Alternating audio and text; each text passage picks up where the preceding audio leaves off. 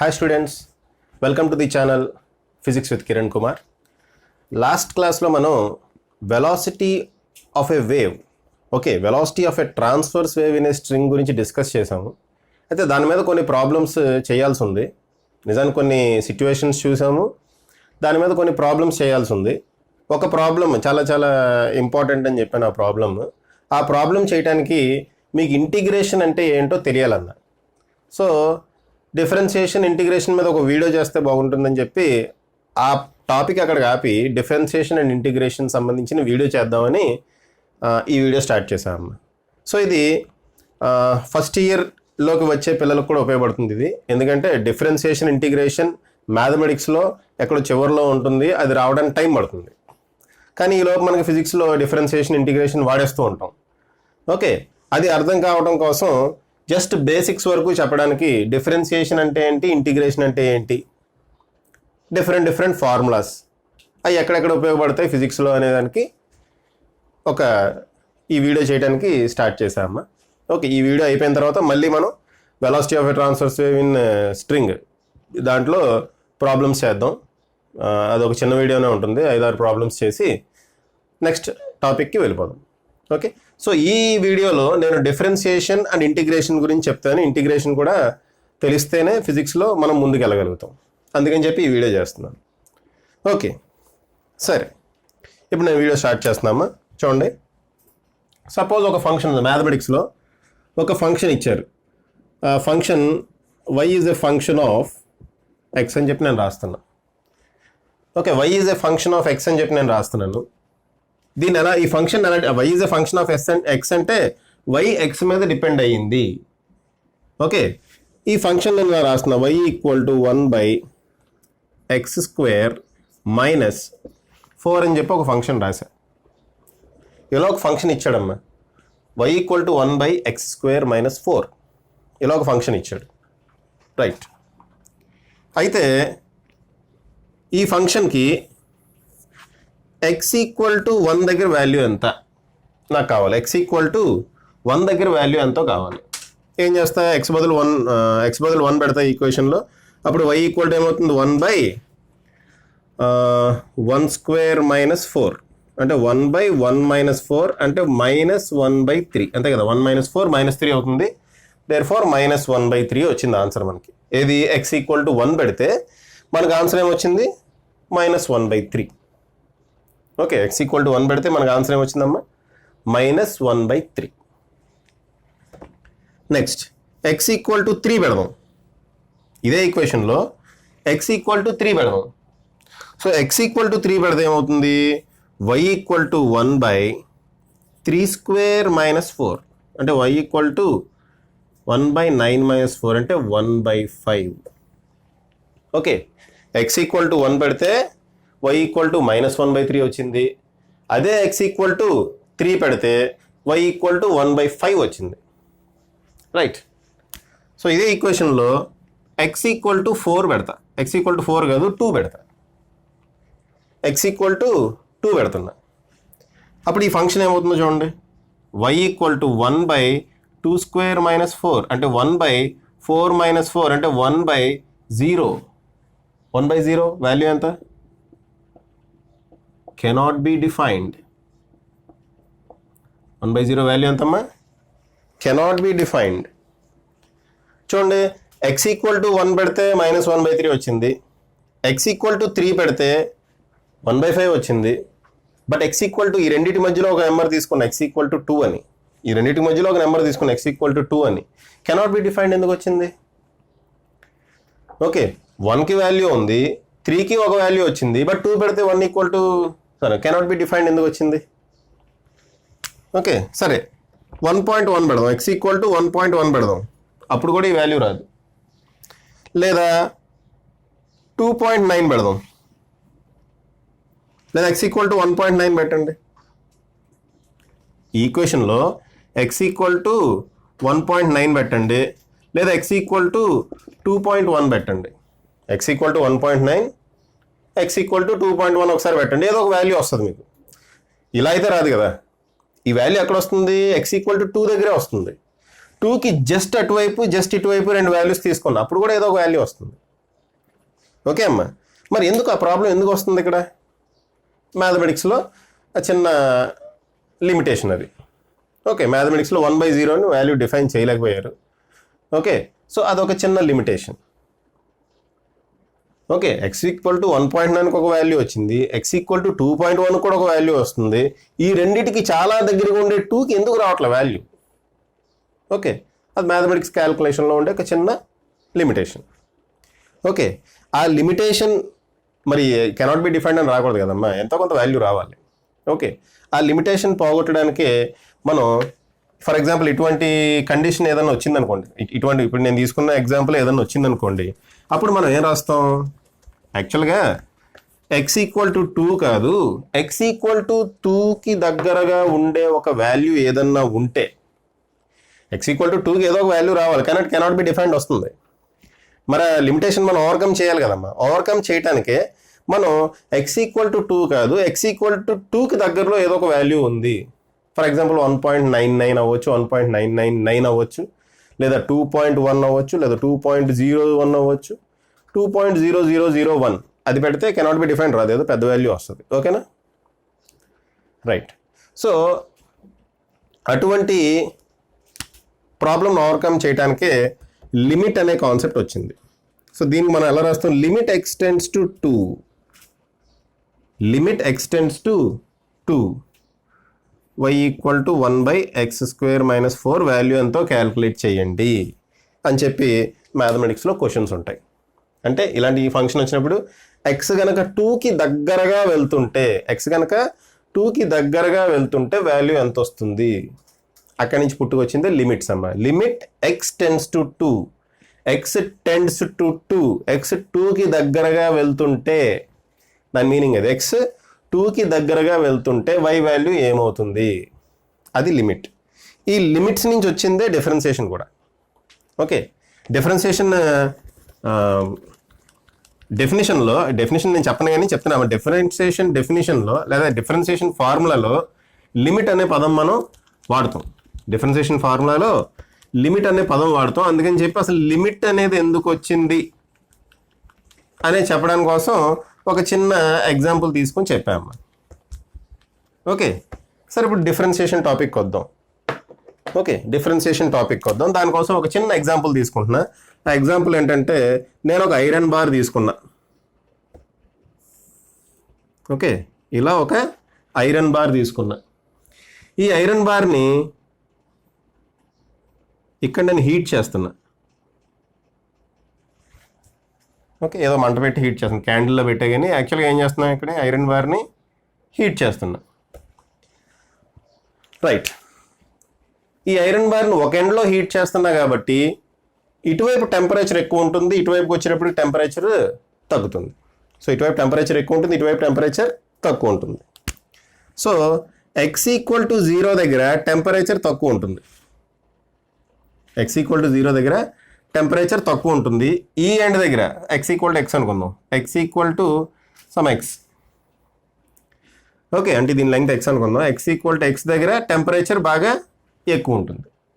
అంటే నేను ఇటువైపు నుంచి ఇలా వస్తుంటే, దగ్గరికి వస్తుంటే, ఇటువైపు నుంచి ఇటువైపుకి వస్తుంటే డిస్టెన్స్తో పాటు టెంపరేచర్ ఏమవుతుంది? పెరుగుతుంది. ఫర్ ఎగ్జాంపుల్ ఇక్కడ తీసుకుందాం అమ్మా, x ఈక్వల్ టు x1, ఇంకోటి x ఈక్వల్ టు x2, ఇంకోటి x equal to x3, x equal to x4, x equal to x5. ఇలా నేను డిఫరెంట్ ప్లేసెస్లో టెంపరేచర్ మెజర్ చేస్తే ఇక్కడ నాకు T1 వచ్చింది టెంపరేచర్, ఇక్కడ T2 వచ్చింది, ఈ పాయింట్ దగ్గర T3, ఈ పాయింట్ దగ్గర T4, ఈ పాయింట్ దగ్గర T5. ఈ విధంగా నాకు టెంపరేచర్ మారుతుంది. అంటే ఇదేంటం, ఇది డిస్టెన్స్. పైన డిస్టెన్స్ ఇలా మారుతుంటే, ఇటువైపు నుంచి డిస్టెన్స్ మారుతుంటే టెంపరేచర్ కూడా ఏమవుతుంది? మారుతుంది. పెరుగుతుందో తగ్గుతుందో తర్వాత. ఓకే, టెంపరేచర్ ఏమవుతుందమ్మా? ఇక్కడ మారుతుంది. అంటే టెంపరేచర్ ఎవరి మీద డిపెండ్ అయింది? Temperature depends on distance. ఈ ఎగ్జాంపుల్లో టెంపరేచర్ ఏమవుతుందమ్మా? It depends on distance. Temperature depends on distance. దీన్ని మనం మ్యాథమెటిక్స్ టర్మ్స్లో ఎలా రాస్తామంటే, temperature is a function of x. ఏమని రాస్తామమ్మా మ్యాథమెటిక్స్లో? Temperature is a function of x. అంటే టెంపరేచర్ అనేది డిస్టెన్స్ మీద డిపెండ్ అవుతుంది. Temperature is a function of x. దీంట్లో టెంపరేచర్ టీని డిపెండెంట్ వేరియబుల్ అంటాం. డిపెండెంట్ వేరియబుల్ టెంపరేచర్ టీని ఏమంటామమ్మా? డిపెండెంట్ వేరియబుల్ అంటాం. అదే టెంపరేచర్ ఎక్స్ని ఏమంటాం? Independent variable. Independent variable. Okay, temperature టీని డిపెండెంట్ వేరియబుల్ అంటాం. ఈ పర్టికులర్ ఎక్స్ని మనం ఏమంటాం? Independent variable. రెండు వేరియబుల్స్ ఉన్నాయి ఇక్కడ. ఈ టెంపరేచర్ ఎక్స్ మీద డిపెండ్ అవుతుంది కాబట్టి దీన్ని డిపెండెంట్ వేరియబుల్ అంటాం. ఇదేమో ఇండిపెండెంట్ వేరియబుల్ అంటాం. ఓకేమ్మా, ఇక్కడ వరకు క్లియర్ కదా? సరే, ఇప్పుడు ఇక్కడి నుంచి ఇక్కడికి డిస్టెన్స్ ఎంతో మారింది. ఎంత మారింది? ఈ పాయింట్ నుంచి ఈ పాయింట్కి డిస్టెన్స్ x2 మైనస్ x1 మారింది అనుకోండి. ఈ పాయింట్ నుంచి ఈ పాయింట్కి డిస్టెన్స్ ఎంత మారింది? x2 minus x1. దాన్ని మనం డెల్టా ఎక్స్ అనుకుందాం. ఈ పాయింట్ నుంచి ఈ పాయింట్కి డిస్టెన్స్ ఎంత మారిందమ్మా? x2 minus x1. దాన్ని మనం డెల్టా ఎక్స్ అనుకుందాం.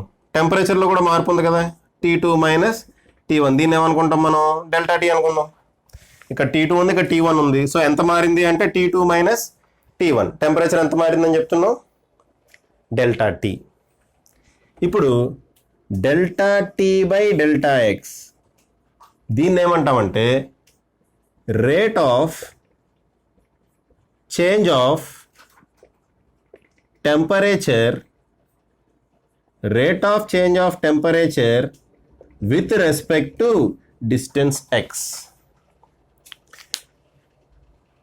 టెంపరేచర్ ఎంత ఫాస్ట్గా మారుతుంది? పెరగచ్చు, తగ్గొచ్చు. ఓకే, ఈ క్యాండిల్ ఇటువంటి తగ్గుతుంది కదా. Okay, right. టెంపరేచర్ ఎంత ఫాస్ట్గా తగ్గుతుంది? మనం ఇక్కడి నుంచి ఇక్కడికి డిస్టెన్స్ మారుస్తుంటే టెంపరేచర్ ఎంత ఫాస్ట్గా తగ్గుతుంది? దాన్ని మనం ఏమంటామమ్మా? Rate of change of temperature. Okay, delta t by delta ఎక్స్ని ఏమంటాం? Rate of change of temperature with respect to x. ఇది విత్ రెస్పెక్ట్ టు టైం కూడా ఉంటుంది, కానీ ఇక్కడ మనం మాట్లాడేది విత్ రెస్పెక్ట్ టు ఎక్స్. అంటే డిస్టెన్స్తో పాటు టెంపరేచర్ ఎంత మారుతుంది దాన్ని మనం ఏమంటాం? Rate of change of temperature with respect to X. Rate of change of temperature with respect to time కూడా చూడొచ్చు. ఇక్కడైతే మనం విత్ రెస్పెక్ట్ టు ఎక్స్ చూస్తున్నాం. సో ఆ టెంపరేచర్ అనేది ఎక్స్తో పాటు మారుతుంది అని చెప్తున్నాం. సపోజ్ ఇదిగోండి ఎంత మారింది? ఇనీషియల్గా temperature T equal to f of X అని రాసాం. ఇనీషియల్గా temperature T equal to f of X అని రాసాం. ఓకే, అయితే ఎక్స్ కనుక ఎక్స్ ప్లస్ డెల్టా ఎక్స్ అయిందనుకోండి. ఎక్స్ కనుక ఎక్స్ ప్లస్ డెల్టా ఎక్స్ అయితే టెంపరేచర్ ఏమవుతుంది? T ప్లస్ డెల్టా టీ అవుతుంది. సో దాన్ని మనం F of x plus delta X అని రాయొచ్చు కదా. F of x plus delta X అని రాయొచ్చు కదమ్మా. Okay, right. దీన్ని నేను ఎలా రాస్తా అంటే ఇప్పుడు నాకు చేంజ్ ఇన్ టెంపరేచర్ కావాలి. ఇదిగోండి యాక్చువల్ టెంపరేచర్ ఇది, ఒరిజినల్ టెంపరేచర్ ఇది. అంటే ఇనీషియల్ టెంపరేచర్ ఇది, కొంచెం డిస్టెన్స్ మారటం వల్ల వచ్చిన టెంపరేచర్ ఇది. చేంజ్ ఇన్ టెంపరేచర్ ఏమవుతుంది? ఇది మైనస్ ఇది. అంటే F of x plus delta x minus f of X divided by delta X. ఇదే కదా రేట్ ఆఫ్ చేంజ్. నాకు కావాల్సిన రేట్ ఆఫ్ చేంజ్ ఇదే కదమ్మా. చూడమ్మా, ఎక్స్ కనుక ఎక్స్ ప్లస్ డెల్టా ఎక్స్ అయితే ఇక్కడేమో ఎక్స్ ఉందనుకుందాం. ఇక్కడ x1 దగ్గర ఎక్స్ అనుకుందాం వాల్యూ. ఇక్కడ నుంచి ఇక్కడికి వెళ్తే ఎంత పెరిగింది? డెల్టా ఎక్స్ పెరిగింది. సో ఎంత పెరిగింది టెంపరేచర్? ఎక్స్ ప్లస్ టెంపరేచర్ కదా, డిస్టెన్స్ ఎంత పెరిగింది? ఎక్స్ ప్లస్ డెల్టా ఎక్స్ మారింది అనుకుందాం. అప్పుడు టెంపరేచర్ కూడా మారుతుంది కదా. టెంపరేచర్ ఏమవుతుంది? T ప్లస్ డెల్టా టీ అవుతుంది. T కనుక ఎఫ్ ఆఫ్ ఎక్స్ అయితే T ప్లస్ డెల్టా టీ ఏమవుతుంది? F of x plus delta X. ఇప్పుడు ఈ రెండు టెంపరేచర్స్ మధ్యలో డిఫరెన్స్ ఏమవుతుందంటే ఇదే F of x plus delta X, ఇదేమో ఎఫ్ ఆఫ్ ఎక్స్. నేను విత్ రెస్పెక్ట్ టు ఏం చూస్తున్నా? విత్ రెస్పెక్ట్ టు డిస్టెన్స్ చూస్తున్నా. కాబట్టి కింద ఎంత డిస్టెన్స్ అయితే చేంజ్ చేస్తానో అది కింద ఇదే కదా rate of change of temperature. Rate of change of temperature with respect to X అంటే ఇదే వస్తుంది కదమ్మా. చూడండి, డెల్టా టీ బదులు ఇదిగోండి ఇది మైనస్ ఇది, T plus delta t minus T. T cancel అయ్యి డెల్టా టీ మిగులుతుంది. ఆ డెల్టా టీ బదులు ఏం రాసా? F of x plus delta x minus f of x రాసా. డివైడెడ్ అంటే ఇది దీనికి ఈక్వల్ అవుతుందమ్మా. డెల్టా టీ బై డెల్టా ఎక్స్కి ఈక్వల్. అంటే రేట్ ఆఫ్ చేంజ్ ఆఫ్ టెంపరేచర్కి ఇది ఈక్వల్ అవుతుంది. ఇప్పుడు నేను క్యాలిక్యులేట్ చేసింది ఏంటి? Rate of change of temperature. Okay, ఇక్కడ వరకు అర్థమైంది అనుకుంటున్నా. నెక్స్ట్ ఫర్దర్ స్టెప్కి వెళ్దాం. ఓకే, మీరు రన్నింగ్ నోట్స్ రాసుకోవాలనుకుంటే వీడియో పాజ్ చేసి రాసుకోండి అమ్మా. సో ఇప్పుడు మనకు ఒక ఫార్ములా వచ్చింది. ఏంటిది? Rate of change of temperature with respect to ఎక్స్కి ఒక ఫార్ములా వచ్చింది. ఆ ఫార్ములా ఏంటో ఇది. Rate of change of temperature with respect to x అనే దానికి నాకు ఒక ఫార్ములా వచ్చింది. అది కూడా ఆ ఫార్ములా ఇది. అయితే ఇది నెక్స్ట్ చూడండి. ఇప్పుడు డెల్టా ఎక్స్ అంటే ఏంటి? ఈ పాయింట్ నుంచి ఈ పాయింట్కి మధ్యలో డిఫరెన్స్. ఓకే అమ్మా, డెల్టా ఎక్స్ అంటే ఎక్స్ ఈక్వల్ టు x1 నుంచి ఎక్స్ ఈక్వల్ టు x2. నేను తీసుకున్న ఎగ్జాంపుల్ అలా ఉంది. ఎక్స్ ఈక్వల్ టు x1 నుంచి ఎక్స్ ఈక్వల్ టు x2 మధ్యలో ఉండే డిస్టెన్స్, అది డెల్టా ఎక్స్. ఓకే, ఇప్పుడు ఈ డెల్టా ఎక్స్ని ఇంత దూరం ఎందుకు తీసుకోవాలి? చాలా చాలా దగ్గరగా కూడా తీసుకోవచ్చుగా. ఓకే, బాగా పర్ఫెక్ట్గా మెజర్ చేయాలనుకున్నాడు ఒకడు. ఇంత దూరంలో కాదు చేంజ్, నాకు చాలా చాలా దగ్గరగా చేంజ్ కావాలి అనుకున్నాడు ఒకడు. తీసుకోవచ్చుగా అలాగే. ఇక్కడ x1 ఇక్కడ x2 తీసుకోవచ్చు కదా. లేదా ఇదిగోండి ఇక్కడ x1 తీసుకున్నాడు అనుకోండి, దీని పక్కనే ఇంకో x2 తీసుకోవచ్చు కదా. ఇక్కడ x1 తీసుకున్నవాడు ఇంత దూరం కాకుండా ఇంకా పక్కనే తీసుకోవచ్చు కదా. అంటే ఈ డెల్టా ఎక్స్, ఈ change in length, change in డిస్టెన్స్ని బాగా బాగా చిన్న చేయొచ్చు కదమ్మా. కొంచెం పర్ఫెక్ట్గా రావాలంటే వాల్యూ పర్ఫెక్ట్గా రావడం కోసం, అంటే ఎంత ఫాస్ట్గా చేంజ్ అవుతుంది. ఫర్ ఎగ్జాంపుల్ నేను దీన్ని 2 ముక్కలు చేయొచ్చమ్మా. దీన్ని 2 ముక్కలు చేసి ఇక్కడ x1 x2 కనుక్కొని డెల్టా ఎక్స్ కనుక్కొని డెల్టా టీ కనుక్కోవచ్చు. రేట్ ఆఫ్ చేంజ్ ఎంత ఉంది అని నేను చెప్పొచ్చు ఇక్కడి నుంచి ఇక్కడికి. ఇంకోటి పర్ఫెక్ట్గా చేయాలనుకోండి, దీన్ని 4 ముక్కలు చేశాడు. ఒకడు వచ్చి 10 ముక్కలు చేశాడు. ఒకడు వచ్చి ఏం చేశాడు? 1000 ముక్కలు చేశాడు. ఇంకోటి బాగా ఓపిక ఎక్కువ 1,00,000 ముక్కలు చేశాడు. చేసి ఒక్కొక్క చిన్న ముక్క, అంటే దీన్ని 1,00,000 డివిజన్స్ చేసామనుకోండి, ఒక్కొక్క చిన్న ముక్కలో టెంపరేచర్ ఎలా వేరీ అవుతుందో క్యాల్కులేట్ చేయొచ్చు. మనం అలానే చేయొచ్చు. అంటే ఇక్కడ డెల్టా ఎక్స్ని ఏం చేయొచ్చు? మనం చాలా చాలా చాలా చిన్నది చేయొచ్చు. బాగా బాగా చిన్నది, పక్కనే ఇంక చాలా చిన్నది, ఒకటే పాయింటా అన్నట్టుగా కూడా మనం డెల్టా ఎక్స్ని తీసుకోవచ్చు. చాలా చాలా పక్కనే తీసుకోవచ్చు. అలా పక్కన తీసుకుంటానే మనం ఏమంటాం అంటే వెరీ వెరీ స్మాల్ అనమాట. డెల్టా ఎక్స్ ఎలా ఉండొచ్చమ్మా? వెరీ వెరీ స్మాల్ అయ్యి ఉండొచ్చు. ఈ డెల్టా ఎక్స్ మనం వెరీ వెరీ స్మాల్ తీసుకోవచ్చు. ఆ వెరీ వెరీ స్మాల్కే మనం వాడే పదం ఏంటంటే ఇన్ఫినిటెసిమల్లీ స్మాల్, చాలా చాలా చిన్నది అని చెప్పడానికి మనం ఈ పదం వాడతాం అమ్మా. ఏం పదం అది? Infinitesimally small, very very small అని చెప్పడానికి మనం ఈ పదం జనరల్గా ఫిజిక్స్లో వాడుతూ ఉంటాం. ఏంటది? Infinitesimally small. దాని మీనింగ్ ఏంటంటే డెల్టా ఎక్స్ టెండ్స్ టు 0, అంటే డెల్టా ఎక్స్ బాగా బాగా చిన్నది, ఆల్మోస్ట్ 0. డెల్టా ఎక్స్ అంటే ఏమంటున్నాడు? ఆల్మోస్ట్ 0 కాదు, almost 0. When delta x tends to 0, ఈ rate of change of temperature with respect to X ఏమవుతుంది? దాన్నే డిఫరెన్సియేషన్ అంటాం. అర్థమైందా? డెల్టా ఎక్స్ కనుక జీరోకి దగ్గరగా వెళ్తుంటే, అంటే బాగా బాగా చిన్న వాల్యూ అవుతుంటే, delta x tends to 0. Delta X కనుక బాగా బాగా చిన్న వాల్యూ అవుతుంటే, ఓకే, టెంపరేచర్ ఎలా ఉంది? టెంపరేచర్ ఎలా మారుతుంది? Rate of change of temperature ఎలా ఉంది? దాన్ని మనం డిఫరెన్సియేషన్ అంటాం. ఓకే, దాన్ని ఇలా రాస్తాం మ్యాథమెటిక్స్గా. Limit delta x tends to 0, delta t by delta x. Delta t by delta x బదులు ఈ వాల్యూ పెట్టుకోవచ్చు. మీకు మ్యాథమెటిక్స్లో చెప్తారు. Okay, delta t by delta x బదులు ఈ వాల్యూ పెట్టుకోవచ్చు. Is equal to dt by dx. దీన్నే డిఫరెన్సియేషన్ అంటాం. దీన్ని ఏమంటాం? Differentiation of temperature with respect టుకి WRT అని వాడుతున్నాం. With respect to x. ఓకేనా? Differentiation of temperature with respect to X, ఆ పదం ఇక్కడ వాడుతుంది. ఓకే, సో డిఫరెన్సియేషన్ అంటే ఇదమ్మా. డిఫరెన్సియేషన్ అంటే మీకు సింపుల్ వర్డ్స్లో చెప్తాను. డిఫరెన్సియేషన్ అంటే ఏంటంటే ఒక పెద్ద ప్రాపర్టీని చిన్ని ముక్కలు చేసి, చాలా చిన్న ముక్కలు, డెల్టా ఎక్స్ టెండ్స్ టు 0 అని, అంటే చాలా చాలా చాలా చాలా చిన్న ముక్కలు చేసి ఒక ముక్క గురించి మనం స్టడీ చేయడాన్నే డిఫరెన్సియేషన్ అంటాం. సింపుల్గా చెప్పాలంటే, ఓకేనా? ఫిజిక్స్లో సింపుల్గా చెప్పాలంటే ఒక పెద్దదాన్ని చిన్న చిన్న చిన్న చిన్న ముక్కలు చేసి ఏదో ఒక ముక్కను మనం సెలెక్ట్ చేసుకొని ఆ ముక్కను స్టడీ చేస్తున్నాం. రేట్ ఆఫ్ చేంజ్ని మనం స్టడీ చేస్తున్నాం. దాన్నే మనం ఏమంటామమ్మా? డిఫరెన్సియేషన్.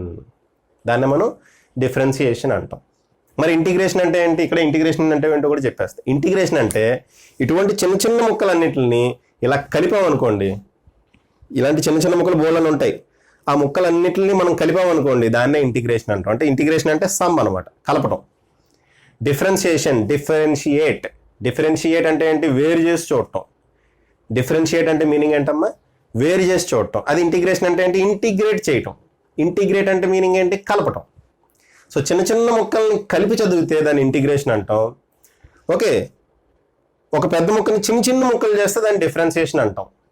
అంటే ఇంటిగ్రేషన్ అనేది it is reverse of differentiation. Integration అంటే ఏంటమ్మా? It is reverse of differentiation.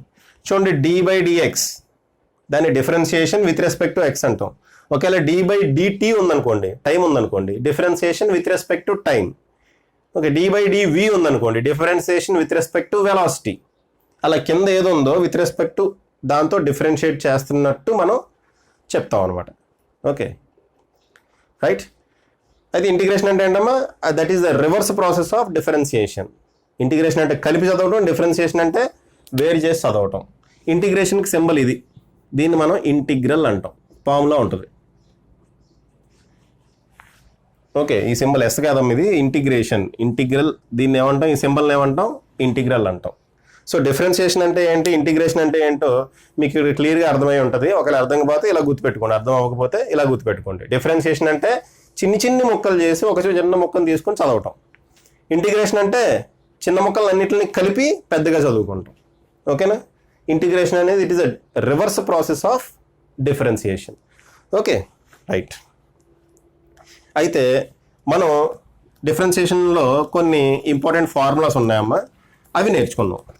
Okay, ఫిజిక్స్లో ఉపయోగపడే, జనరల్గా ఉపయోగపడే ఫార్ములాస్ అన్నీ. డీప్గా నేను డిఫరెన్సియేషన్ గురించి చెప్పట్లేదమ్మా, జనరల్గా ఉపయోగపడే, ఫిజిక్స్లో ఉపయోగపడే ఫార్ములాస్.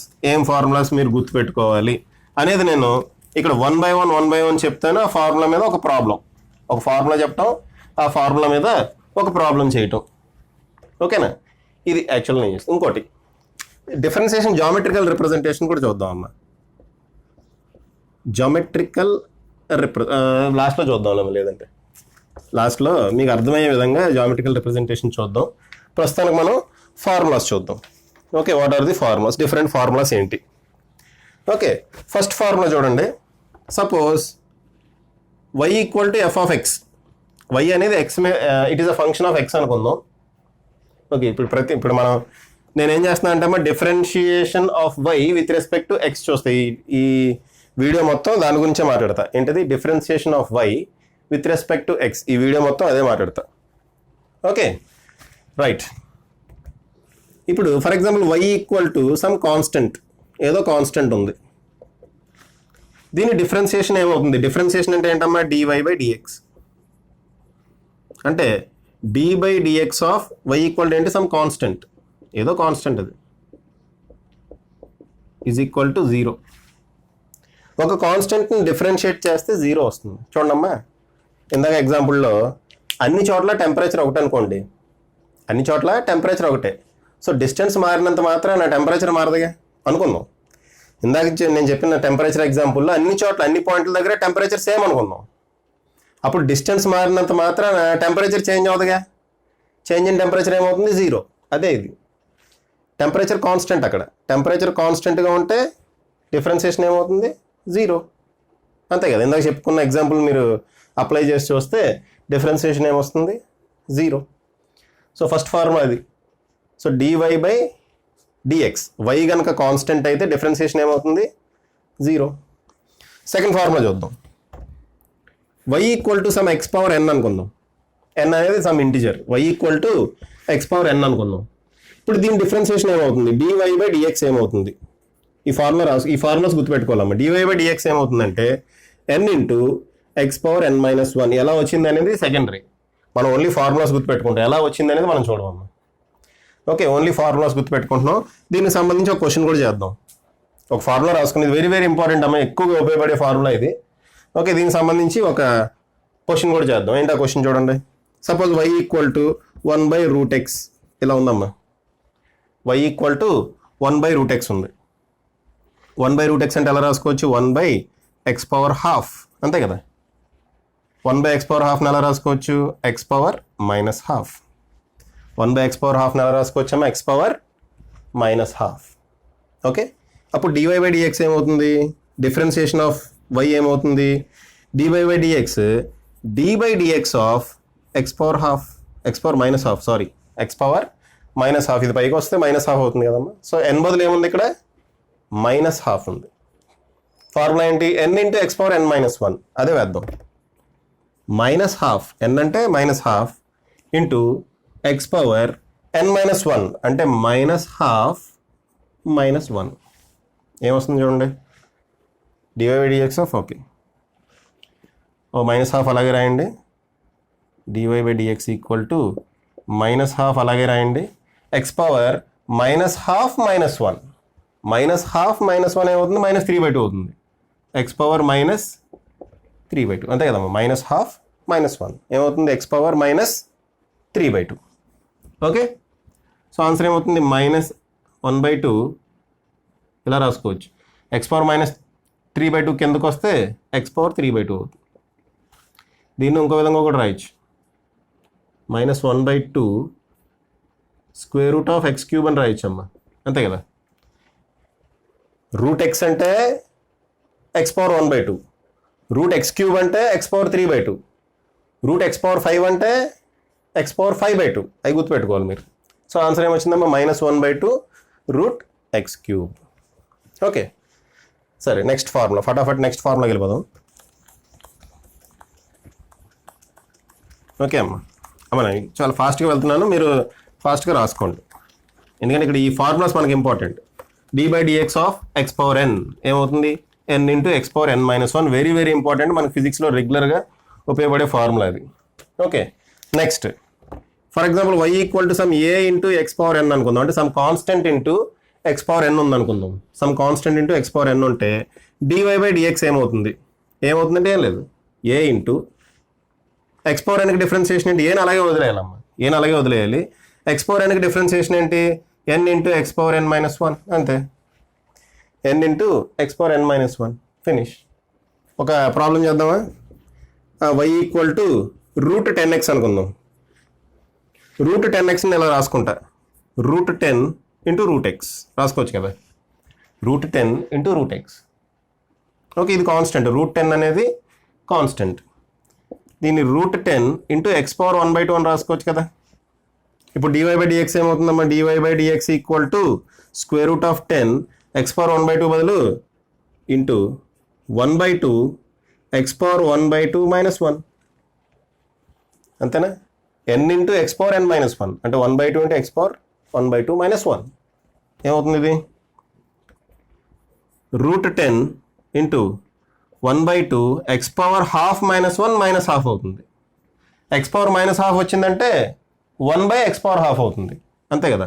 సో √10 ఇంటూ 1/2x⁻½ అంటే అక్కడికి వదిలేసినా పర్లేదమ్మా, చెప్తున్నాను కాబట్టి 2√x.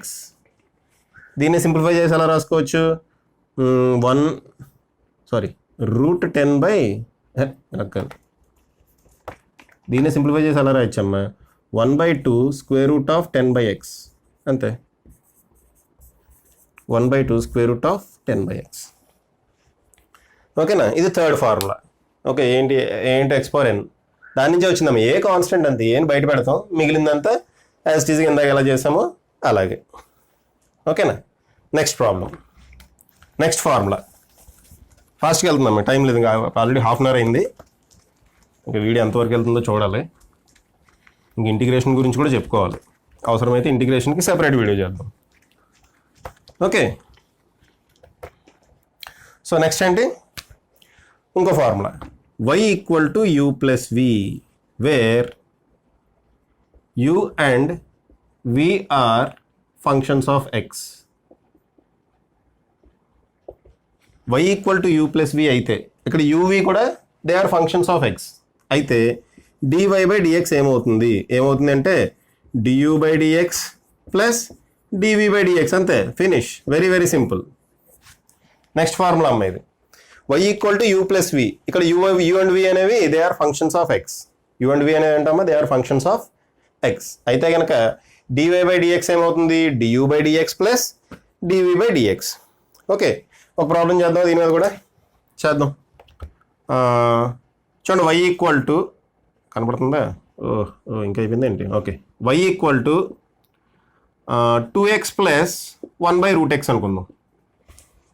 దీని మీద ఒక ప్రాబ్లం కూడా చేస్తున్నాం. ఇది డెరివేషన్, సారీ, ఇది ఫార్ములాకి సంబంధించి ప్రాబ్లం కూడా చేస్తున్నాం. y equal to 2x plus 1/x. ఇక్కడ 2xనేమో u అనుకోండి, 1/√x v అనుకోండి. అప్పుడు dy బై dx ఏమవుతుంది, ఓకే, dy బై dx ఏమవుతుంది చూడండి అమ్మా, d by dx of u అన్నాడు. du బై dx అంటే మీనింగ్ ఏంటి, d by dx of u అంటే ఏంటి, 2x plus d by dx of v అంటే 1/√x, v అంటే 1/√x. ఇది మీకు తెలుసు కదా, d by dx of 2x అంటే సమ్ కాన్స్టెంట్ ఇంటూ x అని ఉంది. Okay, some constant into x అని ఉందమ్మా, అంటే 2 into nx, X power n formula ఉందమ్మా, n బదులు 1 ఉంది అంతే. ఇక్కడ n బదులు 1 ఉంది, అంటే 1 ఇంటూ ఎక్స్ పవర్ 1 - 1 అంతేనా, అంటే into 1 into x power 1 - 1 plus d by dx of √x. d by dx of √x అంటే ఇదేంటి, ఎక్స్ పవర్ -½ 1/√x అంటే ఏంటమ్మా, ఎక్స్ పవర్ -½ అంటే ఇదేమొస్తుంది, -½ ఇంటూ ఎక్స్ పవర్ -½ ప్లస్ కాదు కదా, -1 -½ ఇది చూసా, ఇది ఆల్రెడీ చేసాం ఇందాక, ఫస్ట్ ప్రాబ్లం ఇదే చేసాం, ఏది 1/√x. ఓకే, ఏమొస్తుందో చూద్దాం. చూడడం, ఎక్స్ పవర్ 1 - 1 ఏమవుతుంది, ఎక్స్ పవర్ 0. ఎక్స్ పవర్ 0 అంటే 1, అంటే 2 ఇంటూ 1 ఇంటూ 1 ఏం మిగిలింది మనకి, 2 ఇంటూ 1 ఇంటూ 1 ఏం మిగిలింది, 2 మిగిలింది. సో 2 ప్లస్ ఇక్కడ ఏం మిగులుతుంది చూడండి, 2 ప్లస్ -½ ఇంటూ ఎక్స్ పవర్ -1/2 -1 అంటే ఎక్స్ పవర్ -3/2. ఈ టర్మ్ ఏమవుతుందమ్మా, ఎక్స్ పవర్ -3/2. సో లోపల మైనస్ ఉంది కాబట్టి ఇక్కడ మైనస్ వస్తుంది, -1/2 ఎక్స్ పవర్ -3/2 అంటే ఏమవుతుంది, ఇది 2 - 1/2 ఎక్స్ పవర్ 3/2 అలా వదిలేయండి. లేదంటే 1/2√x³ అని రాయండి, పర్వాలేదు. ఏం రాయాలి మనం, 1/2√x³ అని కూడా రాయొచ్చు. ఓకే అమ్మా, సో ఇది ఒక ఫార్ములా. నెక్స్ట్ ఫార్ములా వెళ్తున్నాము, ఫాస్ట్గా వెళ్ళిపోతున్నాం. ఇంకా నెక్స్ట్ ఫార్ములా మీరు పాజ్ చేసి రాసుకునేటప్పుడు వీడియో లెంగ్త్ ఎక్కువ అవుతుంది కాబట్టి నేను ఫాస్ట్గా వెళ్ళిపోతున్నా. సో నెక్స్ట్ ఫార్ములా, ఇప్పుడేమో ఎడిషన్ చూసాం, సబ్స్ట్రాక్షన్ కూడా అలాగే ఉంటుందమ్మా. సబ్స్ట్రాక్షన్ u - v అని ఉందనుకోండి, du by dx minus dv by dx అని ఉంటుంది. ఓకే, నెక్స్ట్ మనం కూడా మల్టిప్లికేషన్కి వెళ్దాం. Okay, d by dx of uv మల్టిప్లికేషన్కి వెళ్దాం. అంటే y equal to uv, u into v. ఇక్కడ u and v are, y equal to u into v. ఇక్కడ u and v are functions of x. ఇందాకట్లాగే u and v are functions of x అనుకోండి. అప్పుడు ఏమవుతుంది, ఈ formula ఏమవుతుందో చూడండి అమ్మా. dy బై dx ఏమవుతుందంటే, ఫార్ములా రాసేసుకోండి. ఓకే, అది ఎలా వచ్చిందనేది ఇది మ్యాథ్స్లో నేర్చుకుందరు. కానీ ఫార్ములా ఏమవుతుందంటే u into dv by dx plus v into du by dx. u into v అంటే ఏంటమ్మా, ఫార్ములా ఏమొస్తుంది, dy బై dx ఏమవుతుంది, u into dv by dx plus v into du by dx. Okay, అలాగే division కూడా రాద్దాం, division formula కూడా రాద్దాం. ఇక్కడే రాసేస్తున్నాం, y equal to u by v అనుకుందాం. Okay, y equal to uv, ఇక్కడేమో y equal to u by v రాద్దాం. ఓకేనా, ఇదేం ఫార్ములా, ఇదేమవుతుంది చూడండి, ఫార్ములా జాగ్రత్త చూడండి అమ్మా. dy by dx equal to, జాగ్రత్త చూడండి, y equal to u by v రాసాం. So dy by dx equal to, ఇక్కడ కన్ఫ్యూజన్ రావచ్చు మీకు, v into du by dx, v into du by dx minus u into dv by dx divided by v². Okay అమ్మా, dy by dx ఏమవుతుంది, equal అక్కడ పెట్టాను, dy by dx ఏమవుతుందమ్మా, v into du by dx dy by dx equal to v into du by dx minus u into dv by dx by v square formula. అయితే దీన్ని dv by dxని జనరల్గా గుర్తుపెట్టుకోవడానికి ఈజీగా ఉండడానికి v dash అని వాడతాం అమ్మ. అలాగే du by dxని u dash అని వాడతాం. సో dy by dx ఏమవుతుంది uv dash plus vu dash. v dash అంటే మీనింగ్ ఏంటి dv by dx. u dash అంటే మీనింగ్ ఏంటి du by dx. v dash అంటే dv by dx, u dash అంటే du by dx.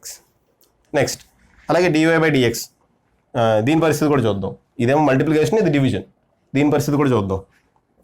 అంటే ఇది కూడా షార్ట్గా గుర్తుపెట్టుకుంటానికి vu dash minus uv dash by v square ఇలా గుర్తుపెట్టుకోండి, ఈజీగా ఉంటుంది.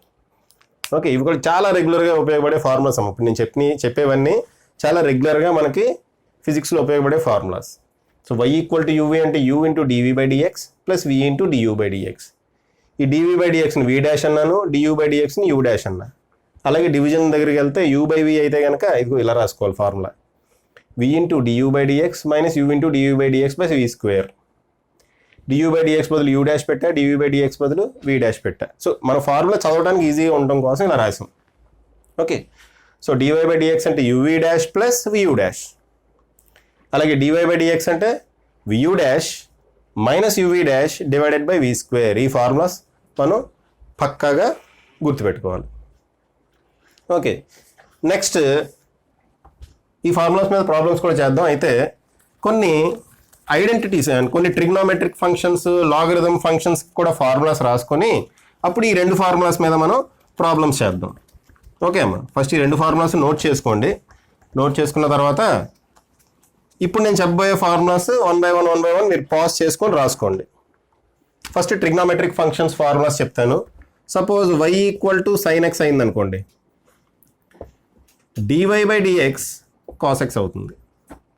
y equal to sin x అయితే dy బై dx ఏమవుతుందమ్మా కాస్ ఎక్స్ అవుతుంది. y equal to sin a x అయింది అనుకోండి, ఏ అనేది some constant. y equal to sin a x అయింది, ఏ అనేది సమ్ కాన్స్టెంట్.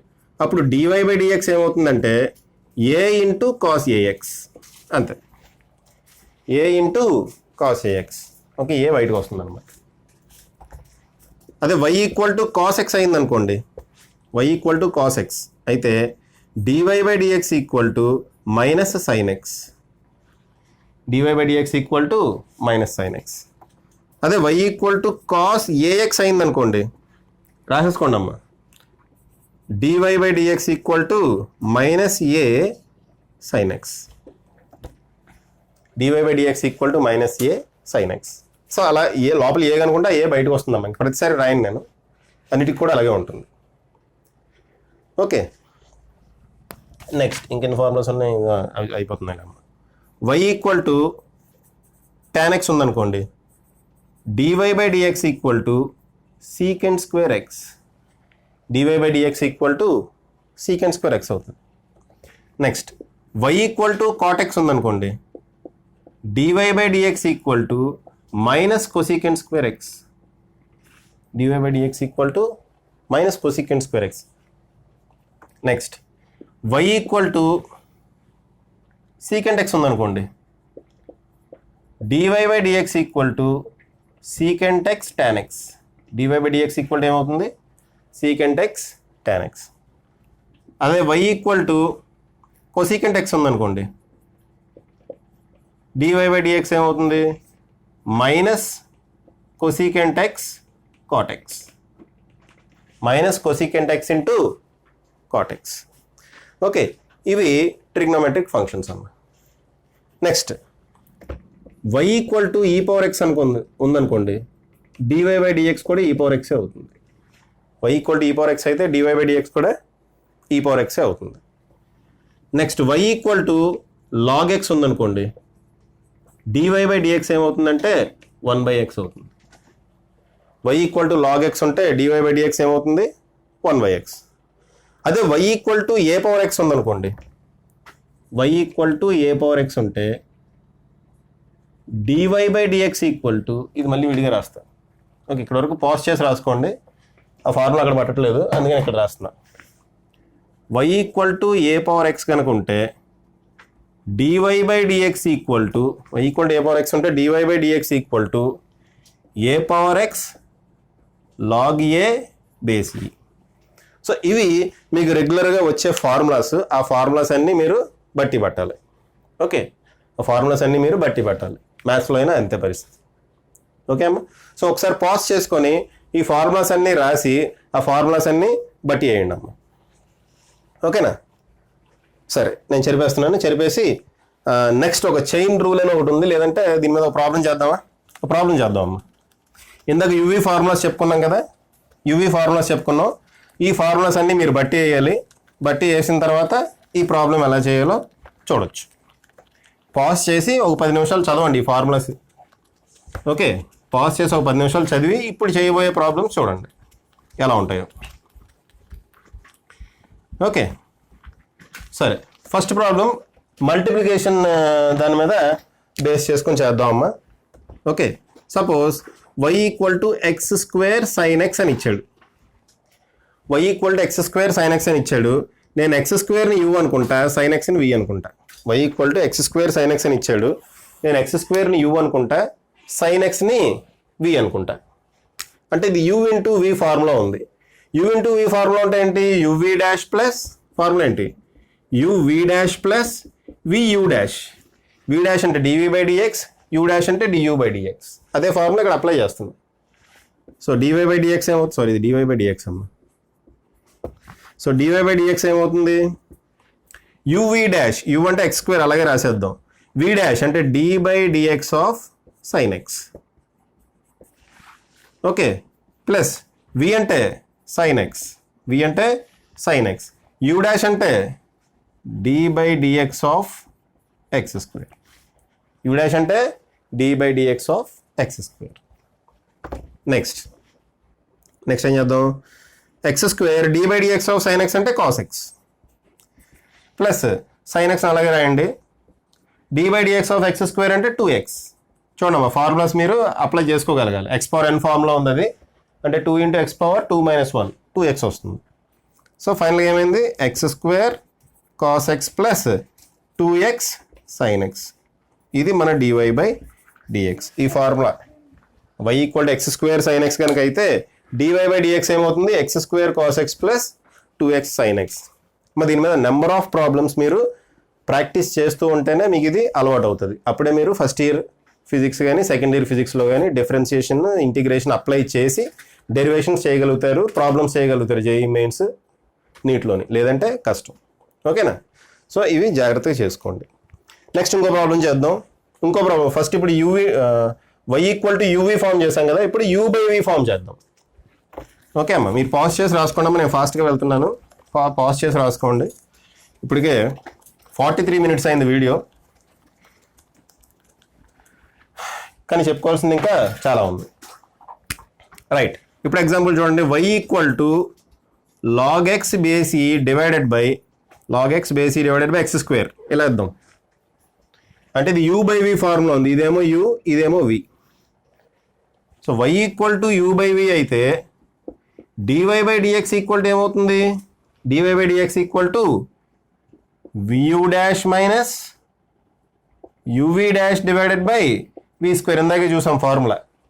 ఇప్పుడు ఇదే ఫార్ములా దీనికి అప్లై చేయాలి. సేమ్ ఫార్ములా ఇప్పుడు దీనికి అప్లై చేస్తాం. అప్లై చేస్తే ఏమవుతుంది?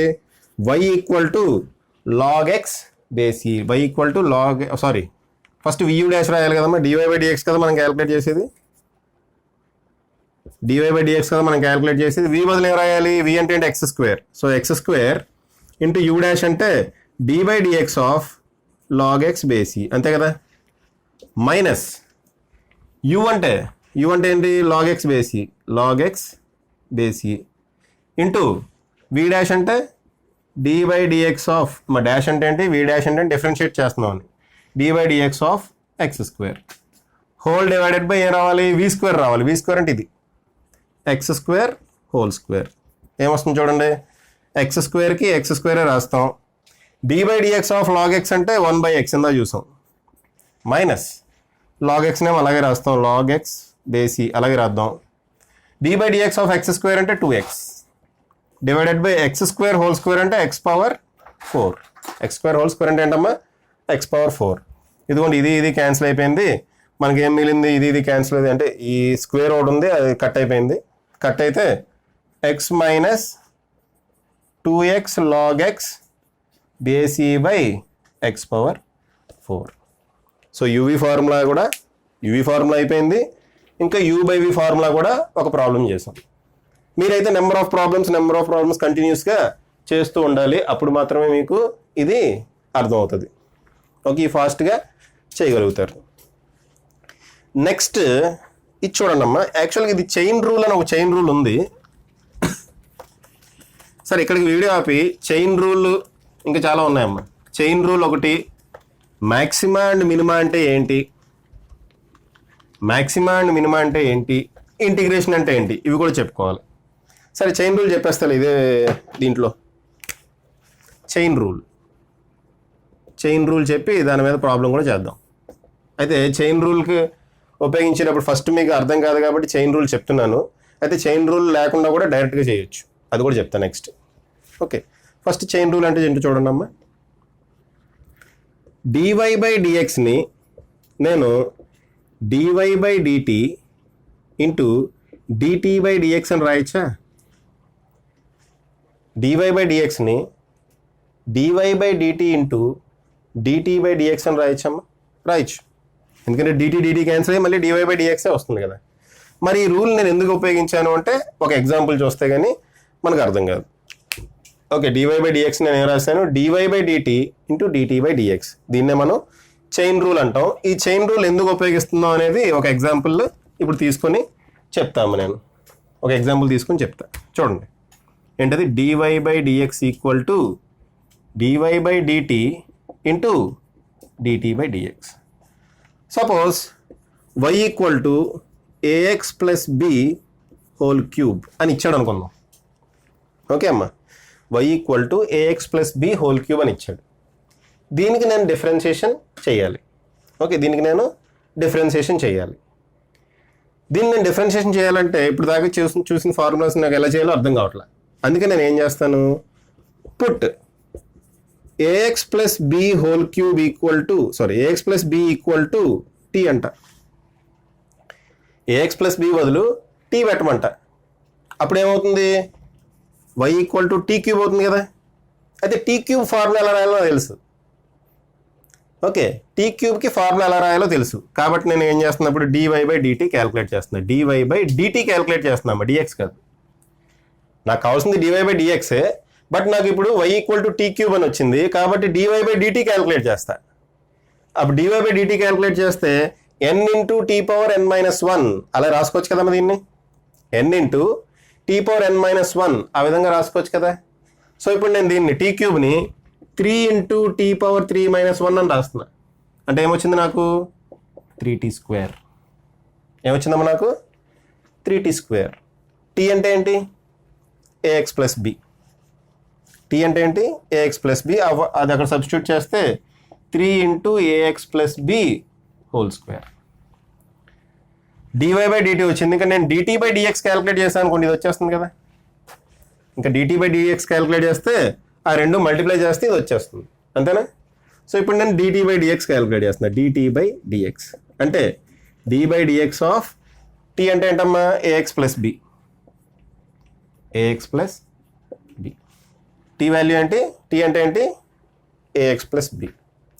సో ఇప్పుడు దీన్ని నేను క్యాలిక్యులేట్ చేస్తే ఏమొస్తుంది చూడండి ఒకసారి. ఇది కాన్స్టెంట్. సో దీని డిఫరెన్షియేషన్ ఏమవుతుంది, 0 అయిపోతుంది. ఇంకా నాకు ఏం మిగిలింది, d by dx of ax మిగిలింది. డి బై డిఎక్స్ ఆఫ్ ఏఎక్స్కి differentiation a into x power 1 minus 1 వస్తుందమ్మా. ఎక్స్ పవర్ 1 మైనస్ 1 అంటే ఎక్స్ పవర్ 0. ఎక్స్ పవర్ 0 అంటే 1 కాబట్టి ఏమొచ్చింది నాకు ఏ. ఇప్పుడు డివై బై డిఎక్స్ ఏమవుతుంది, dy by dx equal to ఇది ఇంటూ ఇది అంటే ఏమొస్తుంది, ఈ రెండింటిని మల్టిప్లై చేస్తే 3a into AX plus b whole square. 3a into AX plus b whole square. Pause చేసి అది రాసుకోండి. ఓకే అమ్మా, పాజ్ చేసి అది రాసుకోండి. నెక్స్ట్ సో ఇదంతా చేయకుండా అది చైన్ రూల్ ఉపయోగించకుండా కూడా డైరెక్ట్గా చేయొచ్చాం. ఇదంతా హెడేక్ అనుకుంటే మనం డైరెక్ట్గా చేయొచ్చు. డైరెక్ట్గా ఎలా చేయొచ్చు చూడండి. ఓకే, dy/dx ఈక్వల్ టు మామూలుగా దీన్ని ఈ మొత్తాన్ని x అని మన మనసులో అనుకుందాం. అంటే x³ ఉంది. x³ అంటే ఏం రాయొచ్చు? n into x power n-1 అంటే 3 ఇంటూ x పవర్ అంటే ax plus b whole power 3-1 అంటే 2 ఇంటూ ఈ లోపల దాన్ని సెపరేట్గా డిఫరెన్షియేట్ చేసి ఇంటూ అనేది వేసేయండి. ఈ లోపల దాన్ని సెపరేట్గా డిఫరెన్షియేట్ చేయండి. సెపరేట్గా డిఫరెన్షియేట్ చేస్తే ఏమవుతుంది? బీకి డిఫరెన్షియేషన్ 0, ఏఎక్స్కి డిఫరెన్షియేషన్ ఏ. సో వచ్చేసిందిగా డైరెక్ట్గా 3a into AX plus b whole square. So ఈ విధంగా చేయాలమ్మా. అంటే మనం చైన్ రూల్ అది x ఈక్వల్ టు t అని అదంతా చేయకుండా డైరెక్ట్గా వాల్యూ ఇలా వేసేయచ్చు, 3a into AX plus b whole square. So ఇక్కడతో ఈ వీడియో ఆపుతున్నాను. నెక్స్ట్ వీడియోలో what is maxima and minima, మ్యాక్సిమాకు ఒక కండిషన్, మినిమా ఒక కండిషన్ ఒకటి ఉంటుంది. Very very important physics point of వ్యూలో. What is maxima and minima and integration మీద ఇలాగే ఫార్ములాస్ రాసుకొని ప్రాబ్లమ్స్ చేద్దాం. ఓకే, సో నెక్స్ట్ వీడియోలో కలుద్దాం. ఈ 2 వీడియోస్ అయిన తర్వాత velocity of a transverse wave in a string, దానికి సంబంధించిన ప్రాబ్లమ్స్ ఒక 4-5 చెప్తాను, అవి చేద్దాం. ఓకేనా?